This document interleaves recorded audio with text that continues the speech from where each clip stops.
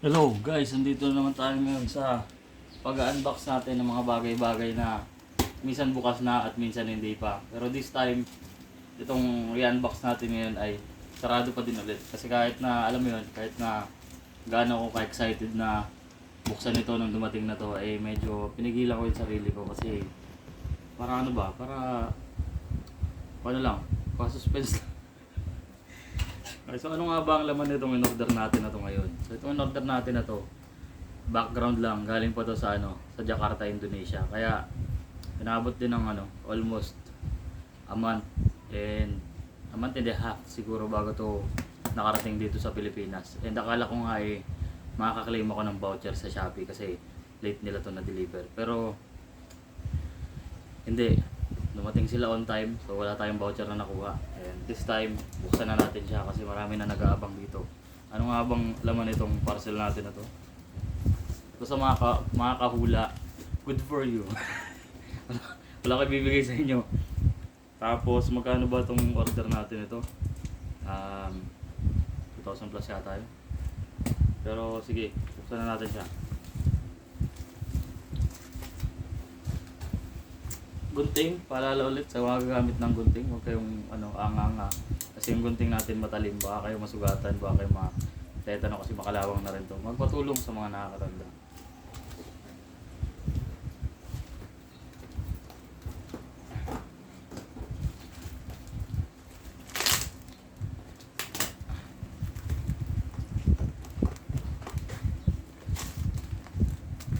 Balot na balot naman talaga siya, no?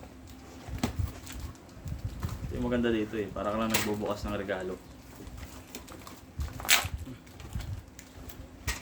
Regalong parang ayaw pabukas. Iningatan natin, baka ma-damage natin yung item Lighter, may lighter ba kayo dyan? Huwag na lang natin to.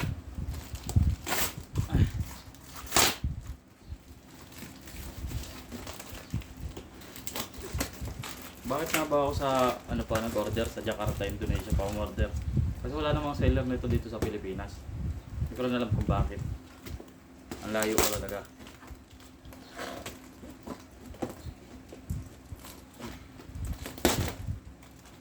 Ayun o.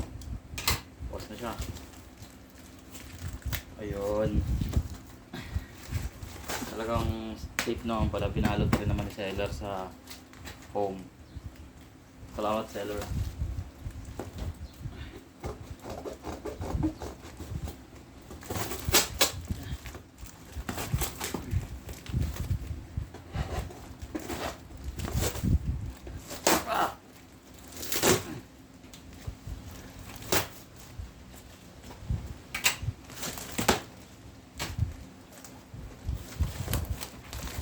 Alright. So ang laman ng parcel natin ngayon ay ano nga ba naman ito? So, magbuksan natin ulit.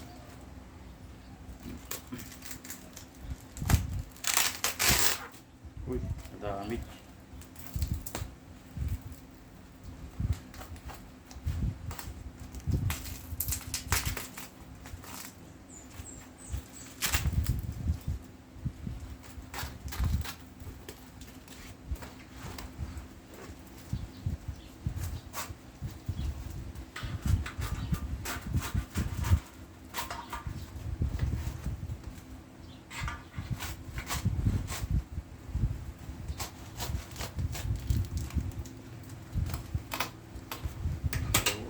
Guys, ang in-order natin this time ay ito.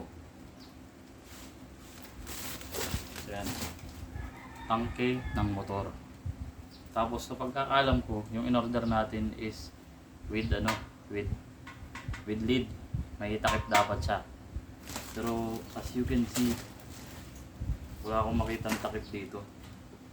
So, gawa muna natin to. Pakikuha natin. Parang meron naman. Eto, meron. Masyado kayong judgmental Meron, ito siya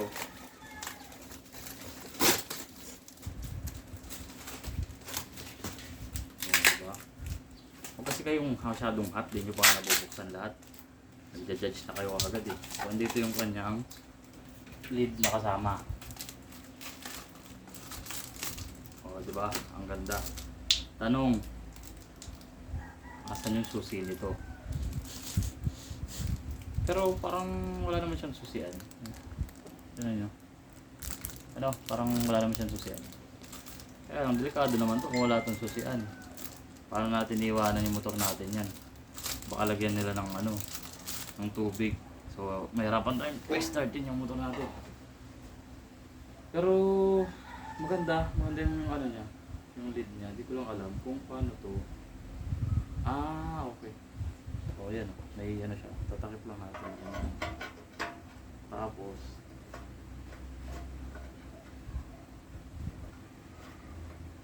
ayun. Okay na siya. So, in short mga kaibigan, ano, wala talaga siyang ano, wala talaga siyang susian. So, mahirapan tayo nito. Paano natin iiwanan yung motor natin ito? Bukod sa baka higupin yung gasolina natin, baka lagyan din nila ng tubig. Tapos pag nangyari yun, mahirapan tayong paandarin yung motor natin. So, bakit naman ganun, seller? Ba't naman ganun? Pero okay lang, maganda naman yung itsura niya. Ayan. Ayan. Ayan, okay naman yung pagkaka-weld nung tangke. Bago rin naman siya, wala pa mga kalawang-kalawang. Tapos ito, bakit ito ganito? Kasi ang alam ko dapat naka-ganon yan eh. Pero okay lang, naiyaano naman siguro. Dumating ka rin.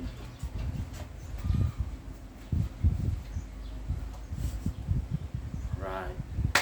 So itong tangke na kasi ito, tangke kasi na ito is para siyang yung sa Harley Davidson na Sportster. Bakit ba ako bumili nito? Wala, trip ko lang. Hindi, bumili ako nito kasi meron akong ano sa labas. Dito sa garage. O, di ba? May garage ako dito sa labas. Ano, meron kasi akong lipan na 150 na ano, na motor. Tapos nakita ko yung build na gusto kong gayahin. Ganito yung tanke niya. Ang tawag pala dito is Sportster tank, and mabibili nyo to sa Shopee. Tapos yun nga, medyo magantay lang kayo ng matagal kasi medyo malayo yung kanyang pinanggalingan, and expect nyo na rin na yung lid, itong takip nito ay wala pala siyang susian. So medyo problema yun ng konti, no? Pero okay lang din. So yun lamang. Hanggang sa muli mga bata. Paalam!